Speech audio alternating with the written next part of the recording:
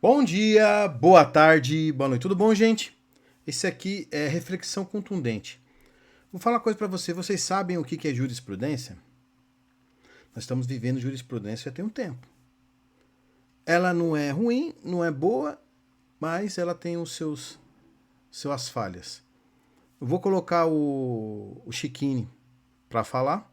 Depois desse vídeo aí, lembrando, provavelmente vai ter mais parte, que no máximo vai ter 9 minutos e meio, porque eu quero colocar no TikTok, Kawaii, sucessivamente. Vamos lá. De alegações finais. O despacho do ministro relator é que a defesa teria abusado do poder defensivo. Em democracias, essa acusação não existe. Não há como abusar do poder defensivo. Uma defesa eficaz, efetiva, faz parte do exercício democrático no Estado democrático de direito. E, em respeito ao devido processo legal, nós não perdemos o prazo de alegações finais. Pelo contrário, por culpa da acusação, a PGR, que trouxe novos elementos aos autos, violando a lei, violando o devido processo legal, nós apenas juntamos uma petição antes do término do prazo e pedimos a suspensão do prazo das alegações finais, ou então que nos concedessem mais prazos e o desentranhamento desses elementos. Poderia muito bem o ministro decidir da seguinte forma: não concedo mais prazo à defesa, cumpra o prazo já estabelecido. Não, pelo contrário, fez vistas grossas às ilegalidades da PGR, porque deveria ter decidido por tirar esses documentos que a PGR trouxe. Veja, terminada a instrução, terminou o prazo para a oitiva das testemunhas, terminou a fase para ouvir testemunhas. Você não pode trazer novos elementos. A PGR, após o término da instrução, Felipe já havia sido interrogado, trouxe novos elementos, ou seja, isso viola o devido processo legal porque não há como exercer contraditório e ampla defesa. O que diz a jurisprudência? Nesse caso, o magistrado tem que retirar esses elementos do processo porque não há como exercer uma ampla defesa. Nós peticionamos dizendo, queremos que esses elementos sejam retirados, caso o outro seja entendimento, nos dê mais prazo para apresentar as alegações finais. O ministro, então, decide da seguinte forma: a defesa perdeu o prazo, o que não é verdade, ainda não terminou o nosso prazo, e tirou os advogados, intimando a Defensoria Pública para que venha a defender o Felipe Martins. Isso é aberrante. Primeiro, o ministro trouxe uma jurisprudência de 1956. Disse que poderia me destituir da defesa com base em um julgado do STF de 1956.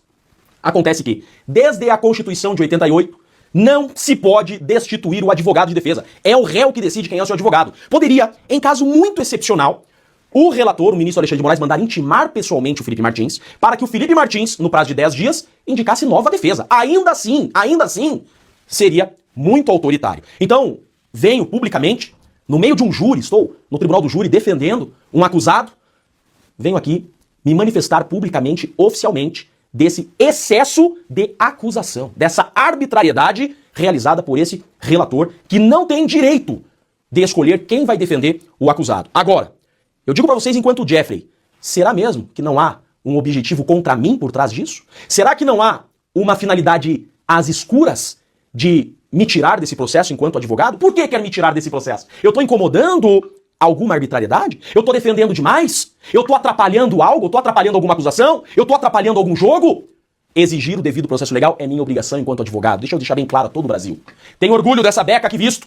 O advogado é o único ator desse sistema de justiça que está do lado do povo e não do Estado. E eu não me curvo a essa tirania, porque a minha missão de vida é defender a correta aplicação da lei que está sendo rasgada. Aqui atrás, livros de direito constitucional e de processo penal que hoje o Brasil vê serem rasgados. E um advogado que exerce uma defesa efetiva está incomodando. Então que fique bem claro a toda a imprensa e a todo o Brasil: eu não perdi prazo das alegações finais. Eu agi corretamente. Eu pedi mais prazo. Poderia o ministro ter negado, e eu apresentava as alegações finais, que já estão prontas e tem mais de 350 páginas a rebater todas as ilegalidades e todos os abusos dessa acusação totalitária, injusta contra esse inocente. Fica aqui minha nota pública, já estamos preparando o recurso e vamos a órgãos internacionais com toda a certeza, porque esse processo já não pode ser assim chamado há muito tempo. Eu sou o Jeffrey Chiquini, eu sou advogado criminalista, OAB Paraná 65371, e falo em nome da defesa de um...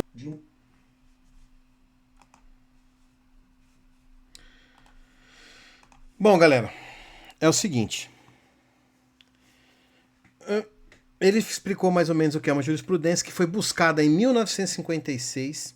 Nós temos que lembrar que a Constituição válida é de 88. As outras são auxiliares, mas não são eficazes. Outra coisa que nós temos que colocar em evidência aqui. O que está acontecendo no Brasil pode refletir negativamente, porque o Felipe Martins, ele teve um derradouro, ele teve uma júris processual nos Estados Unidos. Porque foi feito um falso aviso, uma falsa informação nos Estados Unidos. Então, se está mexendo em um lugar que não vai dar certo. Fora que isso que foi feito com Chiquini não faz parte da nossa Constituição e nem do nosso Código Penal. Isso cria um mecanismo lá para frente repudiar outras pessoas. E no caso da jurisprudência, eu vou explicar lá a fundo sobre isso daí. E outra coisa, quando se está em plenário, em julgamento, as três partes são iguais: advogado, promotor público e juiz. Quando estão em plenário, em júri, em julgamento, os três têm o mesmo peso. Não importa se é juiz de última instância, se é promotor não sei da onde e se é advogado. Os três têm a mesmo peso no âmbito judicial. Ou seja, qualquer coisa em plenário falada contra o Chiquini afringe a própria instituição brasileira. Em plenário, Chiquini, o promotor e o juiz podem falar aquilo que for previsto no julgamento sem sofrer penalidade. Ou seja, o Chiquini pedir mais tempo, mesmo que não seja aceitável, não o força ao juiz de causa tirá-lo do Felipe Martins. Quem tem o direito de tirá-lo é o próprio Felipe Martins. O Chiquini explicou tudo lá. As coisas tendem a piorar e muito continuando assim.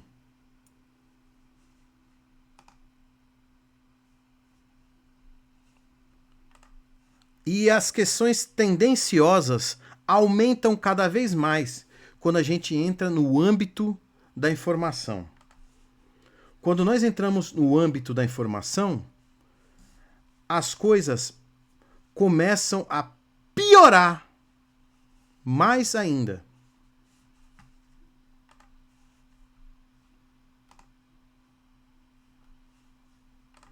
Eu vou mostrar para vocês 4 manchetes que se tornam tendenciosas porque elas não seguem um padrão coerente, pelo menos não precisam falar as mesmas palavras, mas serem coerentes no assunto.